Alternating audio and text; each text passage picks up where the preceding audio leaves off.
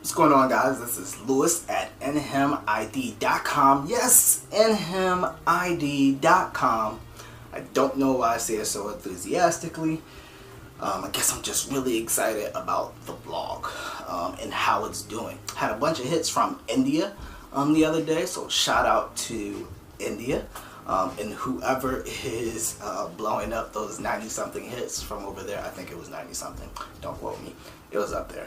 But today is October the 13th. Yesterday was October the 12th. And yesterday, my wife and I, we celebrated our 3rd year anniversary.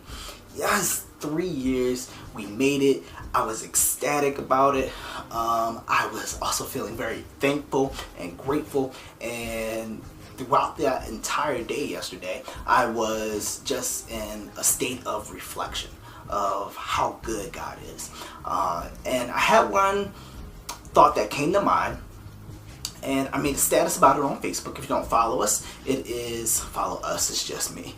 But if you don't follow, it's facebook.com/nhimid. And while I did make a status, the newfound video blogger in me thought that I needed to go ahead and expand upon that status.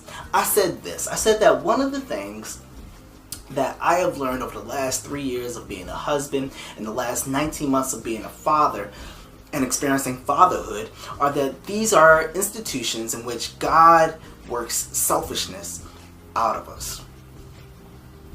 Earlier on in my marriage, earlier being 2 months after being married, my wife and I had a pregnancy scare. It was a pregnancy scare for me, not so much for her.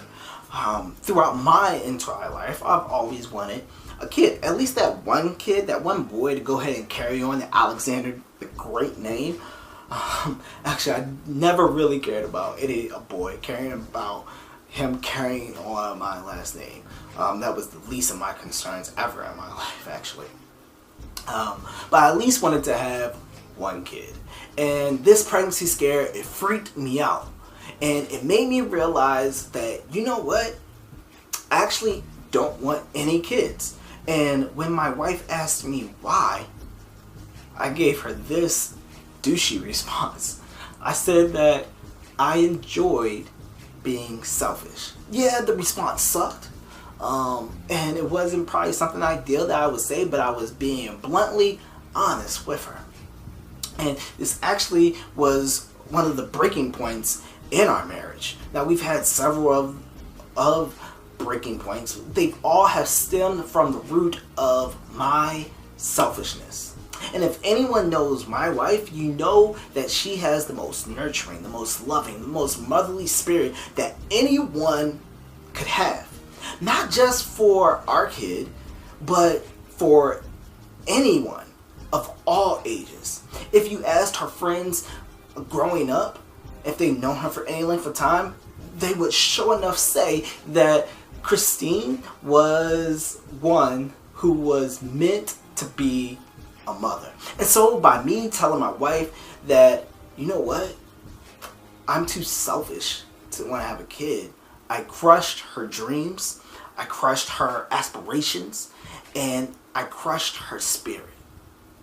And I felt like in that moment that I had to already give up some selfishness just for being married. And I didn't want to give up anymore. Just as there is fruit of the Spirit, Galatians 5:22 and 23, there is fruit of the flesh. And perhaps you don't know what flesh is, or perhaps you don't know what fruit of the flesh is. Well, I'm glad you asked.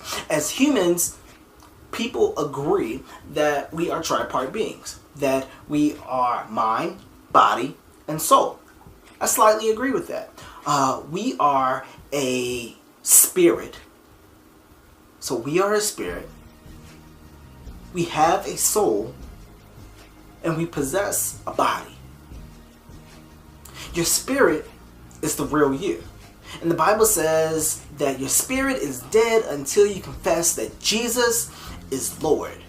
And then your spirit becomes alive. That perfect part of you then becomes alive.